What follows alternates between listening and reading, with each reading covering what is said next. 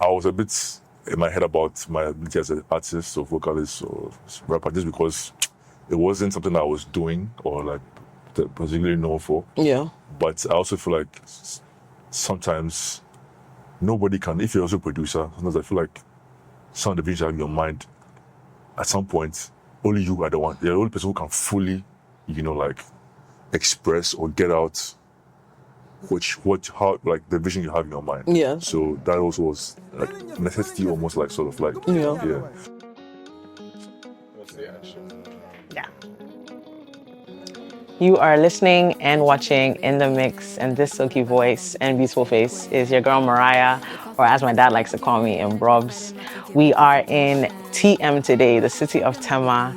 We came out to see DJ Yamz. If you guys listened to my first episode, you can tell that we were still figuring out what we wanted to do for our theme song. What song do we want to attach to the podcast? We finally discovered one. It was Champion Will Be Easy by DJ Yamz. And so today I'm very excited to be in his city today at his studio.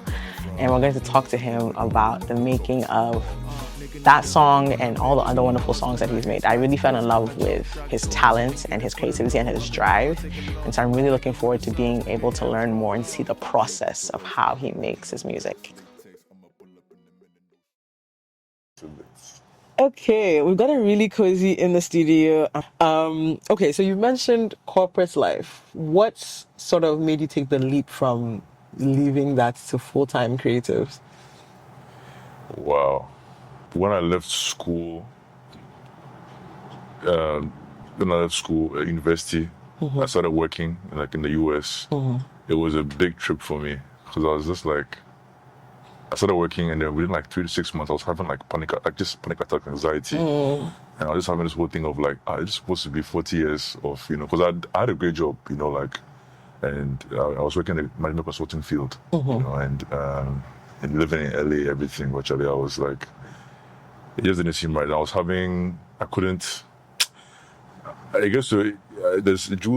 had an old EP where somebody talks about it's Leap of Faith, right? Yes, Leap of Faith. I think the intro, the person would say something like, I couldn't, when you can't sleep at night. At that point, I was just like, I knew that this thing wasn't, this how I was set up was just not it. Yeah. I knew I loved the arts. I just didn't know how to be involved in it. I've always loved the arts, right? Yes. So I remember watching like different ones, and that thing really just like the Gina Ivan, Dr. Dre biopic. That really just like was like, we did the word inside. We enjoy people taking better themselves and their passions, right? Why should I be any different? So that 2017 was like a year of deep introspection. I started journaling. My family came. I knew I wanted to be closer to home. Yeah. I knew that I've jumped to the thing, but like in that 2017 thing, that period, I was like, okay, what do I love? I've always loved production, right? So a friend of mine told me that like, if I want to get into production, he would recommend me learning DJing, just in the fundamentals. So I learned DJing. I paid this turntable actually. Yeah. Yeah. But then like, I remember like I started like learning. Like I spent 3 months on it. So the first 3 months of 2018, I was like figuring this stuff out. I was also learning for my MBA at the same time, right? So I was thinking that but it was this strange thing that like I'd come from work, I did an MBA studying for a bit, and then I'd like take the turntable out. And literally it felt like this thing of like, I started noticing this trend where like, I felt like every time I'd leave from the MBA stuff to like the turntable, it was like a shutter close. Like when I have the MBA book, like my mind's eyes closed, right, kind of thing. Yeah. When I go to the turntable, like that shutter opening kind of thing effect, I was feeling it. So I was like, let me. And then. So you ended up not doing the MBA, or did you? I didn't do the MBA. Yeah. Okay. Because after 3 months, I just doubled down on doing this thing. I was putting out mixes. But my goal was always the production. Right. So after 3 months, but I bought the thing. I bought my E11 push, and I was scared of that thing like for months. But after I learning the DJing fundamentals, putting on mixes gave me some confidence. So I think around April or so, I finally opened the box to the push and started to like watch videos and play. And then by June, July, I had some understanding of like fundamentals of production, like very basic, like make loops and stuff. Right. So, yeah, around that time, I started to also just think about, okay, wow, I'm actually making beats, like a lifelong dream thing of mine, right? Right. And it's me. I told myself this thing. I did it for me. It was not from any expectations. This is something I was intrigued by. I put in somewhere to like learn about this, and so for me that thing, it changed the game for me. It was really like I thought I'll take someone who have money and help creatives, but I didn't know. I never thought about me myself being a creative. Right. Right. So when I decided to like come back home after taking a sabbatical from work, just because I felt like, okay, now for the first time in my life, I have something that like I have purpose. It can follow me. I can nurture it, and I can grow. Like I don't need to. What am I still being? Why am I still here for? So that's what made me leave the US, came to Ghana, did some corporate stuff again. But the goal was always to like be able to get to a place where I don't define myself by being like a corporate 9-to-5 person. Right. Yeah. So that's a long-winded answer. No, but it was a good answer. And I mean, I find it interesting that you talk about being scared to start, because you dropped your first project, I think in 2018, Life in Tama. That seems like a pretty quick turnover from being from not knowing anything at all to being able to produce your first project. So I think, I mean, it clearly kind of shows that you were ready on some level. I give the version of myself at that time the most credit, because that guy was so courageous, so brave. He didn't think plenty. Like, I want to do this thing, make a steady, like look inside small, then make a just do it. Like down, and I loved that energy I had at the time. Yeah. That version of myself was very, very, very, very brave guy. Brave, yeah. I always think of like my projects as stories. Because I love to read, I love reading, and I also love writing. I also generate a lot. So for me, actually, most of my projects, like, I feel like they're closely tied to the places I'm in at that point, and at those points in my life, right? Like, they're almost like sort of audio journals for me, because like, obviously I made a project, but when I hear them, like 2019, like when I got to like No Long Tin, that was me 2019, making the transition from LA to Ghana, and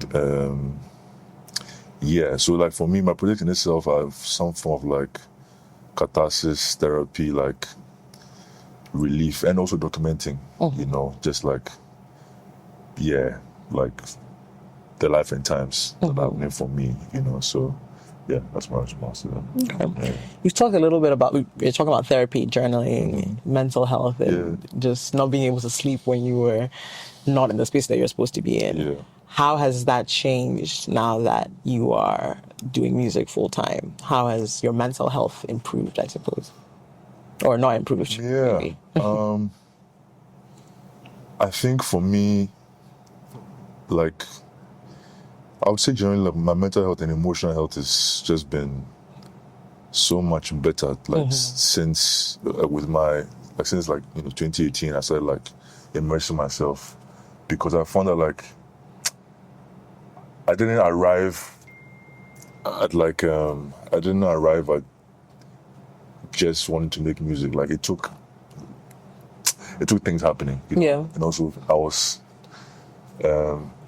I remember, like, at the time, before my music period, I went to a rough patch, like, before getting into music. And I remember, like, something I came across saying that, like, so when you are becoming a new person, or forming, if you're trying to, like, break the mold of who you are and evolve, like, it's important to, once you've rooted out, like, bad habits and things that don't serve you, you have to plant something, like, something new, a good thing, right? To so that it's like weeds. Otherwise, that things will just go that you don't want. Yes. So for me, like immersing myself into like music at the time wasn't has been that for me, And like when I was making albums, like especially like my push and stuff, it did that for me. But even now, like that, I'm transitioning more from just digitally producing and making instrumentalists to becoming one instrumentalist myself. Yes. Like, there's playing the sax. I don't know what the maybe is blowing, but like it's after I'm done practicing or session, like the mental clarity and just like space I have. So I can't. Nothing now gives me that kind of feeling, and it's almost like a good addiction kind of thing. Yeah. Because like so I don't be playing it for like a month now because of a health. Only a problem. month. Yeah. Wow. Okay. And like I feel like wound up. So yeah, this really it just helped to like give me a good outlet, a good place to sort of like release myself without judgment, without hurting somebody else, without just like expressing myself in ways that like a good release. Exactly. Good release, yeah. So of all instruments, why the sax? What drew you to the sax? Yo, I love the sax. Yeah. Like, I don't know. Which moment in my childhood made me, but like I think as probably from high school, high school for me was like a big sort of like a exposure point in terms of music because now like you have internet, also this is like the early like 2010s and stuff to like 08 to 09. So internet access, they have like laptops and stuff. So like for me, I'm going into like songs are coming out, like Watch the Throne is coming out, Before That is coming out. And then for me, those songs have samples, you go back. So Kanye for me, Kanye is Kanye. Right. But, like, I can never knock Kanye, people like Jay-Z and stuff, and as for like, because of hip hop, like the sampling history, right? That for me was big because then where I live, like musically, a lot of times my mind is like in the soul era, 70s, 60s. Right. And then I also discovered Fela. Funny enough, I think it's through like, hip hop. And then when I found Fela, I'm like, hey, this guy, Trouble Sleep, just playing this horn that now, freeing the thing visually. So since then, like, I've just been hooked on like the sax because it's like a very expressive thing. Right. It's a very, and it's like, for me, like you're also using your breath. So there's nothing more like real, and like the way I'm describing it now, playing it now confirms these things. You know what I'm saying? So I'm really trying to get to a place where like I have that language of the sax. Like the past is like problem that I play it every day. But I really want to get to a place where I can express myself in a language and like like now go beyond just having to be limited with what I can do on the push. Yes. I want to make it feel something to tell it. 100%. I go play on 100%. I definitely feel like Ghanaians and horns in general, we have a very close. Yeah, I think Ghanaians really seem to really like live band. Yeah, it's true. The trumpets. I don't think anybody beats us in terms of trumpeting, horns and everything. Both you and your sister. I feel like the only reason why I know of Salisbury is because of your sister. And I know Salisbury they do live bands sometimes. Oh really? I didn't even know that. I think so. Salisbury. I think so. Is it Salisbury I'm thinking of? I'm thinking of the work place. You're giving Salisbury false clip. I'm giving false advertising. So obviously you're a producer at heart, right? But I think over time you become more comfortable using your voice as well on your projects. Yeah. What made you get more comfortable having your voice on projects? And not just talking, you're rapping, you're working with your features. There's just generally more vocals. You started off with more just beats and instrumentals. Yeah. And now I think there's a lot more vocals. Yeah. Well, I never had it in mind to be like a vocalist, a rapper or anything. I do love to write, and I like the challenge of writing to like a theme and like that fits like a sonic, like a beat. Right. The time I presented myself the most as an artist was 27 Accra Town, and that was for a few reasons. First, like I used to just I feel like I was telling a story, and a story about like our generation, like coming up in now we're coming of age. Right, but like, it's not something that I could. You needed to have the way I thought of that story. You needed to have a central character running through, and I couldn't do it from at the time. It had to be a lived and real approach. You get what I'm saying? Right. So I couldn't hide behind it. And also just to then also for me challenge myself because I said like at the time, I approached the album like, I don't say a lot, but like it was my last album. Because I was like, yo, so if I'm going to do my last album, how I would do if I was going to do my last album, how would I do it in the way that like I know like yo, I did this, and I can say I did this and have no regrets if like, I don't go make anything again, right? Yeah. So I came with it and I enjoyed just like, yo, let's embody this thing. You know, you can. I was a bit in my head about my ability as an artist or vocalist or rapper just because it wasn't something I was doing or like particularly known for. Yeah. But I also feel like sometimes nobody can, if you're also a producer, sometimes I feel like some of the visions you have in your mind, at some point, only you are the one, you're the only person who can fully, you know, like express or get out how like the vision you have in your mind. Yeah. So that also was like necessity, almost like sort of like Yeah. But more of like I wanted to be like, yo, if I'm to walk away, I can do it with pride. It definitely felt like that. It's like listening through all your projects, it definitely felt like this was like a big, it felt like a magnum opus, I think. Yeah, thank you. I'm sure, but I mean, you dropped your project after that. Which one? Too Sweet. Yes. So, I mean, you saying that you wanted that one to be, you're thinking of that being your last album. Are you planning on ending your music career? Or? So someone told me some years ago like that I should never think of like Yamz and then just think about Yamz evolving, right? Mm-hmm. I mean, I'll be honest and say like after 27 Accra, I was tired. I was like tired, man. I was like, I also didn't enjoy making music the same. I was not so in love with the other aspects beyond you making the music, Mm-hmm. you know, and I had to come to terms with like, okay, guy, you're not, just decide what is success for you with this thing because clearly you've been working, you've met your goals, but in terms of, let's say, like, you know, like being okay, like, okay, if you wanted your thing to reach this way, a certain way, like, are you doing those things to, you know, to put you there, and like, and are you comfortable doing those things? I think I was, you know, Reflecting on that. yeah, but there was a lot of pressure I put on myself for 27 Accra Town. Yeah.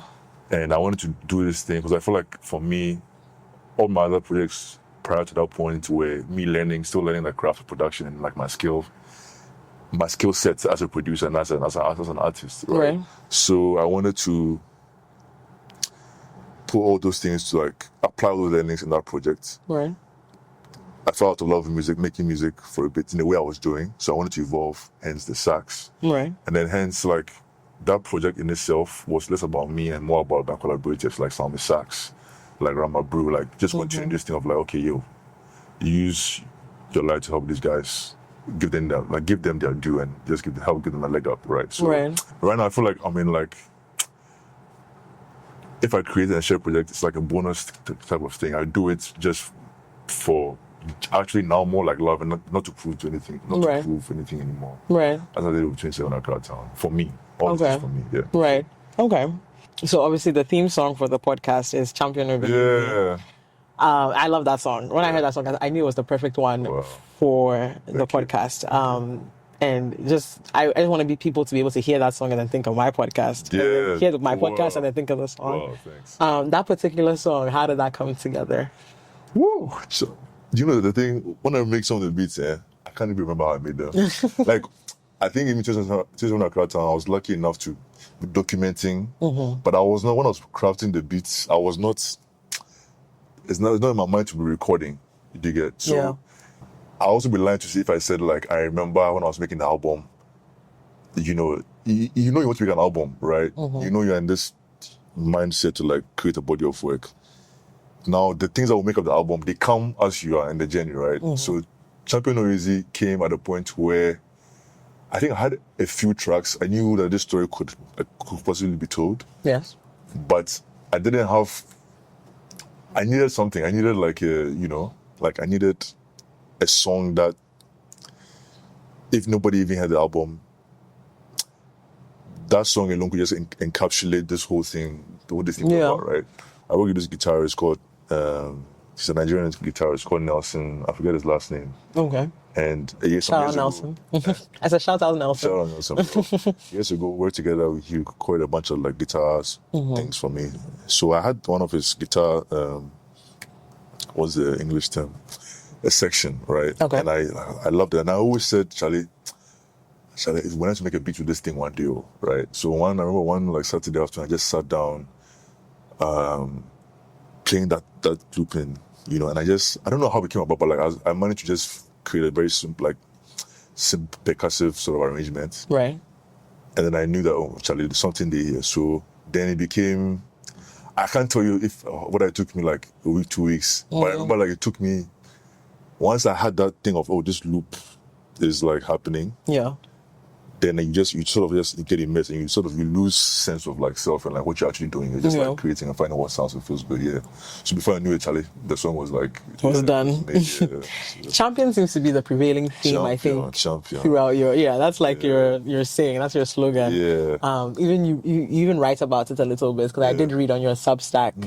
You ran in a race and and you were thinking about being a champion and beating yourself, getting better as yourself as opposed to being in competition with anybody. Yeah. How has that champion theme sort of driven you throughout your journey? When I started like crafting, you know, like that back to that 2017, 2018 period when I was like, yo, okay, I don't want this life. What do I want to do? And I discovered I could, you know, produce and stuff. My thing was just like, I wanted my purpose to be at the time like to create empowering stories of people. You know, like that was that. Because also I know what those stories did for me. Right. And just like I've been a big believer in this Japanese concept of like Kaizen, which is like continuous improvement. So the idea that like little small changes add up to big ones over time. That alone, like I told you, like in rebuilding myself after like getting introspective and honest, like it became a very important tenet of like who I am, who I wanted to be. So the whole champion thing is like I do want to be a champion, and I feel like champions are the ones who are able to like challenge themselves positively, you know, inspire others. Like you come back, you evolve, you know, you learn and apply, and like I feel like if we're all trying to be, I call the best version of myself a champion, right?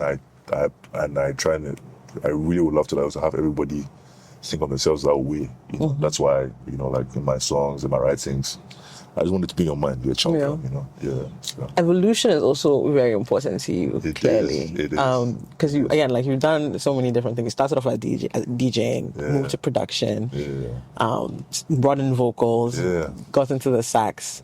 You're also a yoga instructor. Yeah. I'm very interested in that piece. Yo, Charlie, yeah. Tell me how yoga also came. I mean, I know you're very fit. I know you like to keep fit and everything, but I imagine that it's more than that, or maybe not. It's deep. Talk to me a little bit about yoga. So I discovered yoga actually when I moved to Ghana. Funny enough. So a friend of mine, one of my biggest G's, Kujadokwe, he's called aka Tony Stark, by the way. He invited me to a yoga class that his cousin Yvette Tete. Shout out to Yvette, by the way. And I remember like my first class, you know, I didn't have any preconceived. I just knew yoga is something that Indians did, and like I know women went into it and stuff, you know. But then I did the thing. I was like my first class. I'm trying to do like a down dog, and I'm like, what is this thing? You know, like I'm struggling and stuff. And then after I was going to classes like weekly. And then I go to a place where like, when I get home from work, I just like go on the mat. And I started to notice that I'd feel better. Because I feel like, you know, moving back to Ghana, there was a lot of like, transition things, you know, like you're not adjusted and there's a lot of like reacting going on. So I found that the yoga, just doing yoga gave me a lot of sort of mental and emotional ease. You know, it wasn't even about the physical. Yeah, the physical was there. Like, first your body can do some postures because you're not as flexible as you are. But then, for me, it was a mental, emotional thing that moving because, like, you learn about limits. You learn about practicing a bit every day gets you. So it fits right in with that Kaizen philosophy, right? And like, it's like an accessible way of also gaining mental and emotional ease and clarity without, let's say, if you don't have money to afford a therapist or beyond journaling and stuff, or talking to someone, this is a way for you to get some of that tension out through movement. Yeah. So that hooked me, that got me hooked, and then like I just kept doing it.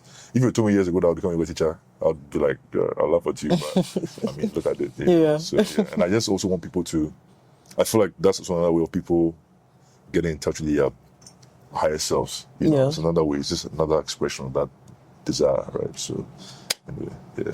So now you have your own class that you teach and everything. How many students do you have? I mean, it's early. I'm being very modest. Like, so I do teach private as well. I've had some corporate sessions with some companies in Ghana. Oh, nice. Okay. Yeah. That's a nice little gig. Yeah, I'm trying. I have a few once in a while private requests. So I'm trying to grow I teach a Saturday class currently at Jay's Coffee and Creamery in Community 6 in Tama. Okay. The idea is that I want to help build a yoga community in Tama, because what I learned when I moved back here, I realized that like people who are interested in yoga in Tema, most of us still have to go to Accra, right? And that just it didn't make sense. It's not ideal. At the scale. Yeah. So I just said, let me try and create a community. And also just to get people, like, I feel like I meet a lot of people who are older, working parents, and they are looking for ways to get into feeling well, getting fit, or just like, but then they don't know,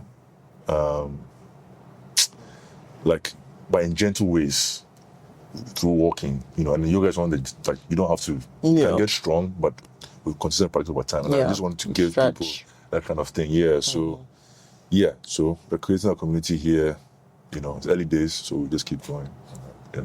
I see a through line through all these things. Like you're trying to, again, heal your own self, and just sort of have that evolutionary journey while also being reflective and seeking self-fulfillment. Yeah. Do you think you're closer to self-fulfillment? I think there's less of a gap between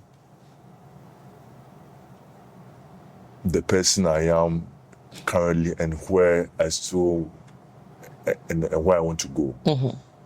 The gap is much less. It's much closer than before, where I didn't even know what I wanted. Do you know what I'm saying? I was just like, I reached a point where like I was okay. I know that these conditionings, arrangements, it took me a while, but I got to a place where I couldn't lie about this to myself anymore. But then crafting and trying to create what I wanted to be was so much of a stretch back then. But now, with just continually just making decisions in line with like the person I am now, the person I want to be, not always easy, But I feel like there's less dissonance, there's more. It's not 100% harmony, because there are also things. You're trying to go to some place, you get there, and then when you get there are new challenges that you have to like sort of. Yeah, I was about to say, is 100% harmony even possible? Yeah, I don't know. I don't know. I just think there are moments where you have to learn to like really look at how the things we have, and try to find joy in them. That makes sense. Okay. I was going to ask if you had any dream collaborations, but from what you've said to me so far, you're really just more about creating a platform for other people to sort of express their creativity and share their artistry. I get dream collab. You do? You're down here. My upstairs, I have like a vision board. Not even a vision, but I have like I keep my journals. I have like a drawer, like a wardrobe, like a shelf. Yeah. One of them is like a drawing one. And I've written down the names of people I want to work with. Like, I would love to work with Bernard, but at the same time, I would like to work with someone like, I don't know if you know Barrington Levy. No. He's a Jamaican, Caribbean artist. Okay. He has this song called, The Vibes Is Right. You should listen to it when you have it. I will. Vibes Is Right, okay. Yeah, people like that. Like, I would love to work with, Showdown Camp, like Ghost. Ghost, because big voice guys. Yeah. Yeah. You guys do sound alike. Yeah. Have you ever met them? No. I feel like you need to go out more, because especially in December, they're all around. I don't go out, networking, because you want to see for a guy and they come here. But I don't like going, I don't like nightlife. I'm a beach, visit friends, home kind of guy. But, anyway, so. So you mentioned Jules earlier. So I'm thinking in terms of other Ghanaian artists and producers. How has the connection been with them? Have you made any connections? Are you working on anything? So currently I'm not working on any new project Okay. musically. Besides, this. But in the past, had a chance to work with like Obed from Super Jazz Club, Charlie, doing 27 Accra Town. Big respect, worked with Adam Doche a couple of times. Also a legendary guy, Edwin. Yes. Like who I think now he DJs DJ. more, yeah. Yes. All these guys are like, for me, their talent level is like, I'm going to say like they are like high level guys. Like they could stand with like SARS, like in terms of maybe talent. Yeah. Pharrell, like these are the kind of people I see them as, Yeah. like Kanye level type of things. We may not have like the personas that they have, Yeah. but these guys are on that level for me. Bro, I would love to work with, like, meet Hama. You know Hama loves to. Yeah, I don't know how to meet these guys, I've tried to reach out to Jodo Blambule. Like I want to meet someone like him. It'd be a dream to like work and learn, talk to Kuyo and Chi. Look, like they are big deals, like someone like Hama. We should, if you see him anywhere, every music loving Ghanaian should. Producer today, I feel like you should. Before Yeah, 100%. I'd love to meet them. Yeah. But yeah. 100%. That's why I kind of feel like Ghana is really a good place for creatives. Yeah. Because it's so small. Yeah. We're all sort of in the same. Yeah. No matter how big you are as an artist or anything, I think that it's easier than it would be in like LA, for example, to meet someone and sort of make that connection and eventually blow up. Yeah, Charlie. Yeah. Yeah. Maybe now, post, like 27 in Cartown, I had that energy of like, Charlie, like, I was in that, I remember, I'll say, if he may or may not see this. I wanted to work with Wallace so bad. Even today, I still work with Wallace. I remember, like, when I was doing 27 in Cartown, there's a song called You First that I had. Yes. Champion Easy, actually. Yes. I wanted Wallace to be on it. Yeah. Charlie, I'm not saying this for any, I respect Wallace a lot. Charlie, he's a G to me. But I remember, like, he had this thing where if you go, you can sit down and he will sketch you. Bro, I took my phone, I played him an early, like the version of Champion Region that I had, and I said, I would love to have you on this song. Right, he gave me his number, I messaged him, it fell through. Right. But like, I say this just to say, like, because I don't know how to really pretend. Like, it's difficult for me. So like, I try to. Similar. Yeah, so if I don't know how to, I don't find it comfortable parlaying and like just, fronting, like everybody that I worked with collaboratively, it's been very real, very organic, very like intentional. Like, and just like, I'm a big fan. Can we do this? Let's play around and just see what happens. Yeah, I don't feel like I've been successful enough. I also don't like going out that much, but I don't feel I've not had enough chance to connect to vibe with people on that level, because I'm not trying to like, I'm not trying to, do too much. And I love this thing. So if I want to like, I'm not trying to come on some flex thing and like, I respect you, whoever you are, but I think it's just being able to meet people, have people meet in a place that halfway. Yeah. But you're not going to force anything. Yeah. If you tell me, say, Mariah to come, big man Denzel, like big artist Denzel, so come get it, I'll be like, Yeah. I think one thing you haven't, well, at least I haven't seen you do much of is perform. Yes. You haven't put on any shows or anything like, at least from what I've seen. Is that something that you're avoiding, or is that something you want to do in the future? So I've done one. I did so far in my, 7-ish years, 8 years. I was like, being in the music creative space. I've done one show. I did it in Tama in 2023. It's called the House.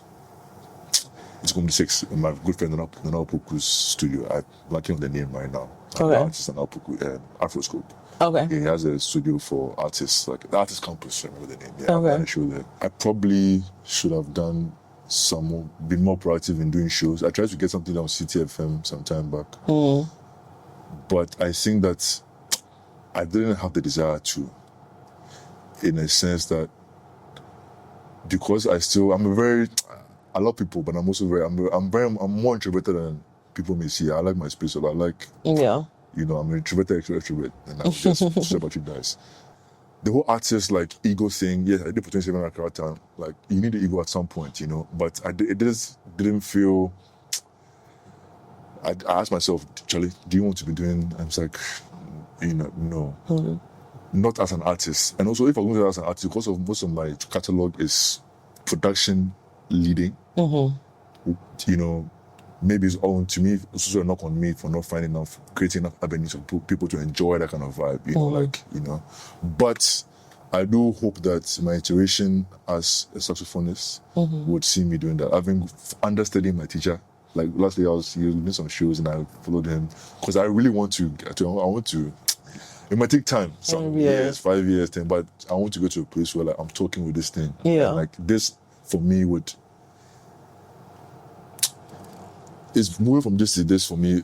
It's like a graduation in a sense because I'm getting much closer to the notes. Yes. Expression, like high level expression. Yes. A higher form of expression, which I feel more interesting. So you said you don't have a new project that you're working on at the moment. What's something that we can expect though in the nearish future?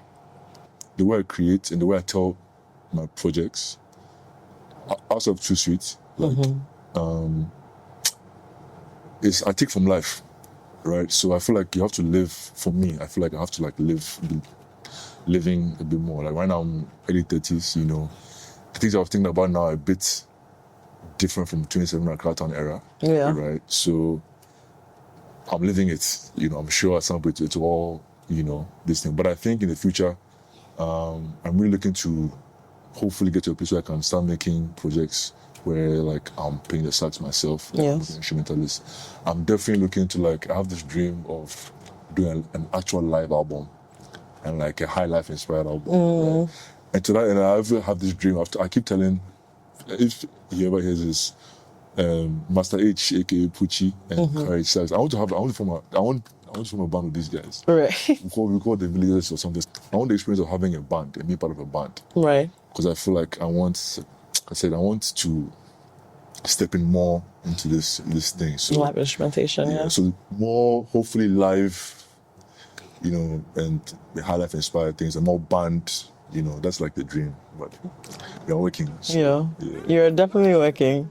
I really enjoyed the conversation, Yamz. Thank you so much for having us in your studio.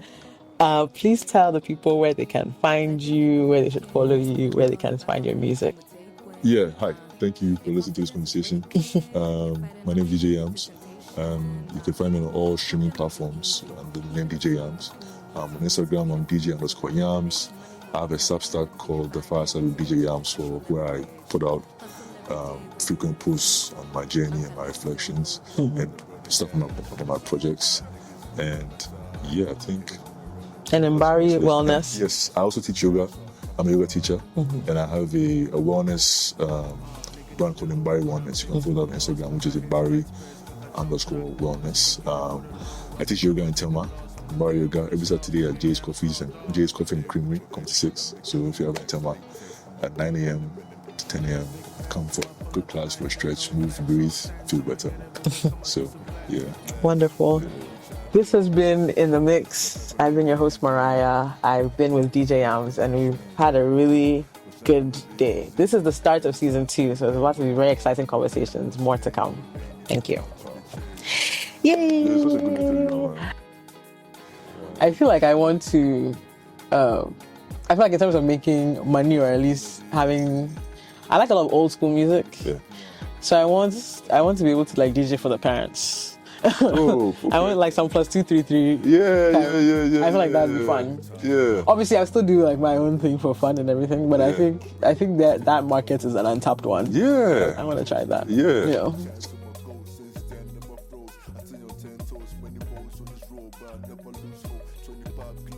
Man, I almost lost hope, like in every my doors rust, swear like a choke. 1997 till the day I go to heaven. I'm a hard-headed beast. I'ma never learn my lesson. When I talk to the priest, he tell me it's confession higher than the Messiah.